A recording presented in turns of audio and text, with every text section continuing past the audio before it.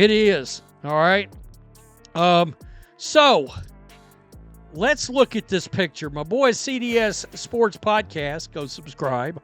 He's on YouTube. He's on Twitter. And guess what? You can imagine who it is.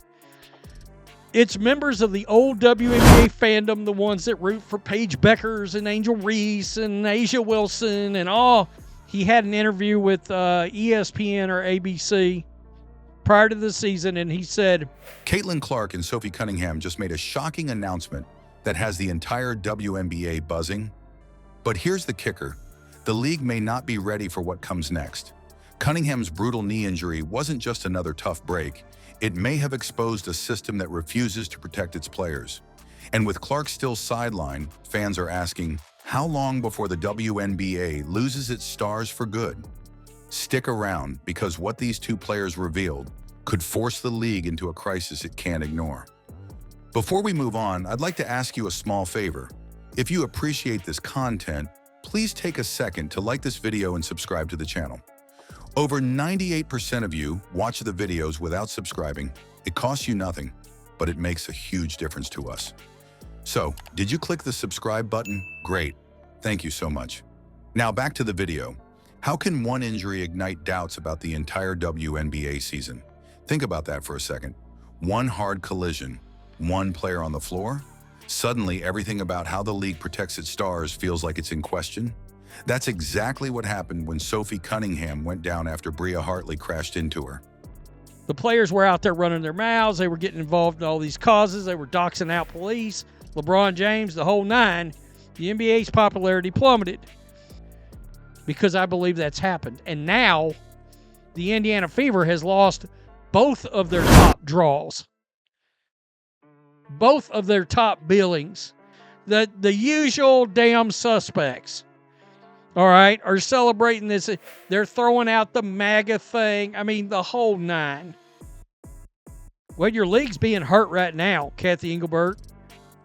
I mean, you wanted to grow this league. The instant she hit the hardwood, the whole arena froze. The sound of bodies colliding cut through the noise, and then it was silent. Players stopped mid-play. Coaches stepped forward. Fans in the stands leaned forward in disbelief, not knowing if they were looking at just another tough foul or something far worse. What made it even heavier was how long Sophie stayed down. Trainers rushed in, teammates knelt at her side, and you could see the fear spread across their faces. Her family, sitting only a few rows behind the bench, went from clapping for her hustle to yelling in anger, calling out what they saw as reckless play. Sophie herself looked stunned, clutching her knee, her face etched in pain. Cameras caught her biting her jersey to fight back tears. This wasn't just pain. It looked like the kind of injury that instantly tells a player their season might be in jeopardy. Right away, the conversation courtside turned grim. Analysts speculated that it could be a patella injury, possibly a rupture, possibly a fracture. Everyone knew that either of those scenarios meant one thing. Sophie would not be back this year.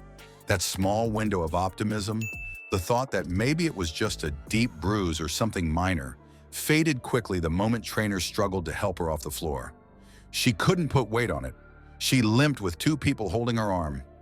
And I said yesterday during a video, maybe it was the day before, it was after the Fever lost the game against the Wings. I kid you not. I saw that and was like, well, is it a bad time to tell you that I think she's roared to being the second most popular player in the WNBA? Because the old WNBA fandom will come for Kathy Engelbert, and the players will come for her as well. And that's part of the problem. He posted this. This is Bria Hartley right here, grinning from ear to ear with Sophie Cunningham smiling. It had the feeling of finality, like the entire season was ripped away from her in that one moment. And here's the part that made it sting even more.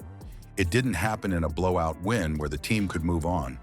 It happened while the Fever were already trailing, already searching for some spark to get momentum back. Losing Sophie in that moment was more than losing a player. It was like getting the wind knocked out of the team altogether. You could feel it. The energy drained right there, like the game itself became secondary compared to the reality of the injury. Fans noticed too, and they weren't quiet about it. Social media lit up within minutes. Some demanded Hartley face suspension, saying the collision was reckless and avoidable. Others framed it as a larger issue, pointing out that this isn't the first time players have been dangerously hit without much consequence. Posts spread with clips of Sophie hitting the ground, slowed down and replayed, sparking threads calling out the league for failing to rein in physical play. It didn't stay a small debate. It grew into a wave of anger from fans who have been fearing exactly this: stars being sidelined because physicality is left unchecked. Adding to the heartbreak was how Sophie had been fighting her way back into form this season. She had struggled earlier in the year, trying to find her flow, but game by game she had started building confidence again. She was hitting shots, creating opportunities, looking like herself again. That progress, every bit of it, got snatched away in one split second. It almost felt cruel, like the sport gave her just enough hope before pulling it right back. Now the question hangs in the air. Was this just dumb luck? Was it really just an unfortunate accident in a fast game? Or is it proof that the WNBA doesn't do enough to protect its players? When athletes start going down this often, fans start asking if officials are in control at all. And that's why Sophie's injury doesn't feel like a single story anymore. It feels like evidence. Evidence stacking up against how the league handles officiating, discipline, and safety. At this point, Cunningham's situation is bigger than one player's health update. Her name has become a rallying cry for critics of the league, those who've been saying for years that the rules are enforced inconsistently and dangerously. Her pain is forcing the conversation that the league has avoided. And if her season really is gone, the WNBA has to face something it doesn't want to admit. Fans aren't just angry about the outcome of a game. They're angry about whether the league values the safety of its stars the way it should. To understand why this has completely boiled over, you need to look closer at Bria Hartley herself and the history that makes this specific collision harder for people to simply brush aside. This whole situation isn't just about Caitlin Clark missing time or Sophie Cunningham being sidelined. It's about the bigger picture, the league's ability to protect the players who actually carry its future. Fans tune in to watch the stars, but if those same stars can't stay healthy because reckless contact keeps going unchecked, then the WNBA has a real problem. Every highlight that excites fans could just as easily turn into another gut punch injury. The question now isn't only about recovery, it's about whether the league will step up with real changes before trust finally slips away.